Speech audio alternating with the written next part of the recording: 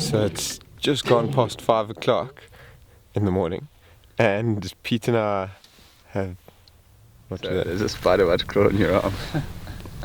Pete and I are sitting up on the airstrip. We both got woken up by lions roaring this morning. We couldn't quite pinpoint where it was coming from, so we're just sitting there. They're going. It's definitely the north.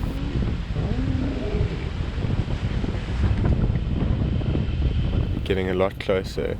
So the balance between just switching the car off and listening and actually getting into the area that he's in.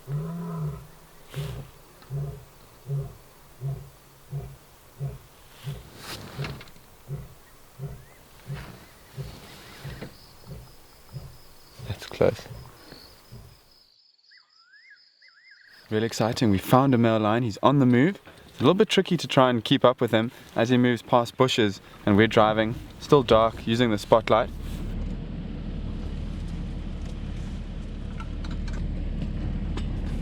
We managed to catch up with him, thank goodness, and he started roaring in this beautiful amphitheatre of rocks in the Manuleti riverbed. The echo we could just hear all around us.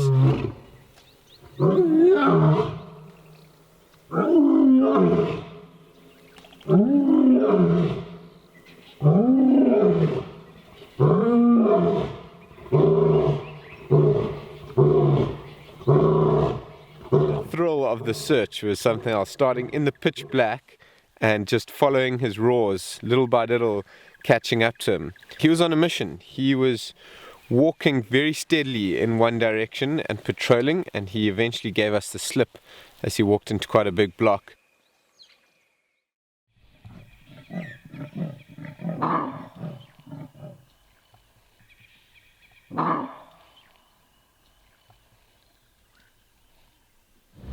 Just heard on the radio that Sean and James and Guy, they're within several pride. It's quite tempting to head and go and join them. It's probably best that I go see if we can find something else that's out there. I'm going to stick to my guns and head southeast and see if we can find a leopard or even more lions.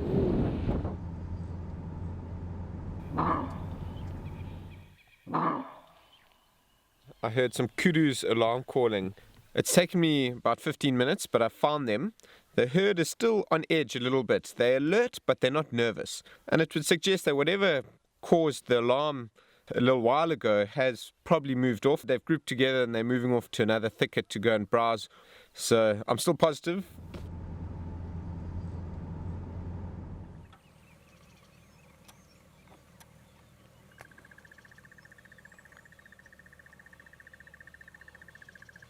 We found the Senegal bush male. I'm fairly certain it was him who caused all the alarm with the kudus that we had earlier.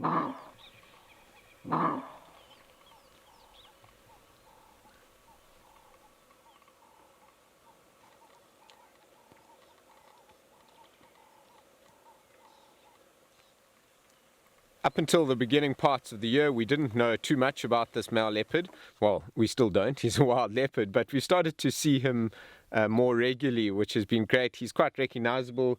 There's a certain look to his face, and when you see him, his ears, when he looks straight at you, his ears are quite tattered.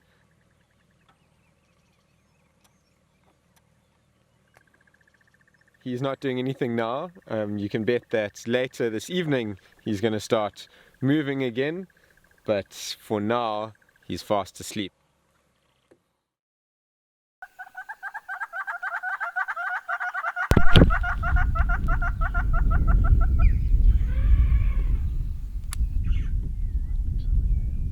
So for some reason in the last few weeks we've been seeing way more giraffe than we usually do, and we've come across an amazing scene this morning with a couple of young bulls sparring for dominance. It's not real fighting at the moment, they're still too young to challenge the big bulls for mating rights, but there's a lot of play fighting that goes on. They neck, and that's how they do battle. So they've got their horns up on top, or ossicones is the correct term, and they'll swing their necks at each other and hammer each other with the horns. And when the big bulls fight for real dominance, they can even kill each other.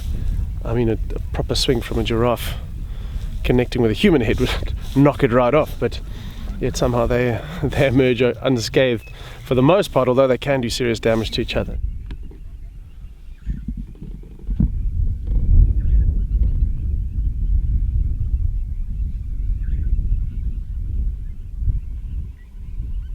I've seen footage of giraffes with literally holes in their bodies from battles with other males. The ones we're seeing this morning are just gently sparring, so it's kind of practice for the main event, which will take place in a few years. And an interesting display by an older bull who came and pushed his way in, broke up the play fight where he'll try to mount one of the younger bulls, and that's also part of a dominance display that you see in quite a few different species, not only giraffe. But it's wonderful seeing a big journey like this, where that's the collective noun for giraffes.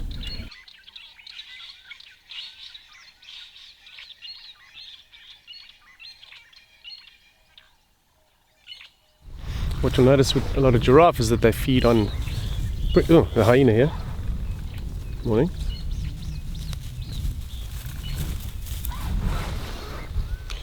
So what you'll see with a lot of giraffes is that they feed on viciously thorned trees, acacias, and, well, I should say Senegalia, that's the new name. I still can't get my head around that.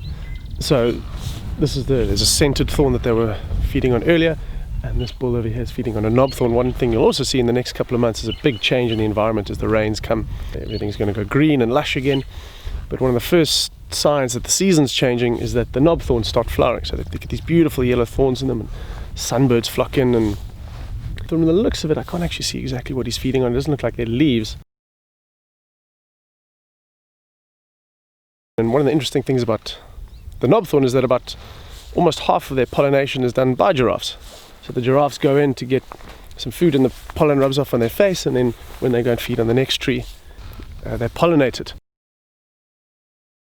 Yeah, and although it looks like the thorns might do them some damage, they've got really hard, rubbery palates and tongues, and you can see this one using his tongue to make very delicate work, picking off exactly what he wants to eat. So it's not just about grab and pull.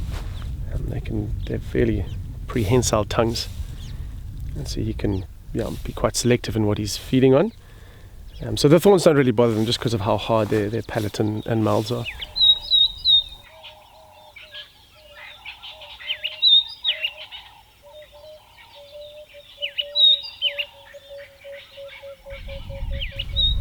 It has been the most phenomenal giraffe morning. We're now sitting with one of the most spectacular groupings I've ever seen, and it's composed entirely of males from the looks of it. So this is a sort of the uber bachelor herd of Londolozi. Traditionally giraffe is seen as not having a set social structure. They just kind of group together and wander apart as the situation demands or as the mood dictates. I think recent research has shown apparently they do have a bit more of a fixed social dynamic than was previously thought, but it's not as set in stone as other species. I think there is a bit more movement between groups, but to see all these males like this is truly phenomenal.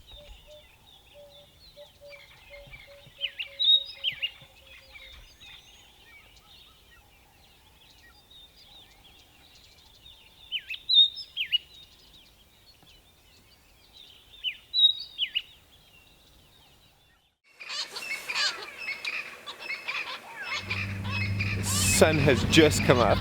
Squirrels were alarm calling, and we found the Shimungwe young male first thing.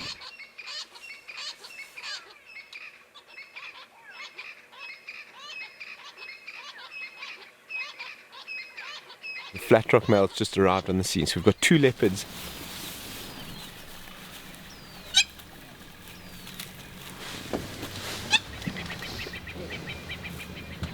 So the flat rock male is just lying down, licking his wounds from last night. He's got a bloodied ear and definitely looks as though he's been fighting. And we're just trying to work out what's happened during the night, who's been fighting with who. Jamo, do you still have the Shimunga young male that side? Yeah, sure. The Shimunga young male is just going up onto this beautiful big rock in the river. You can see him in the distance.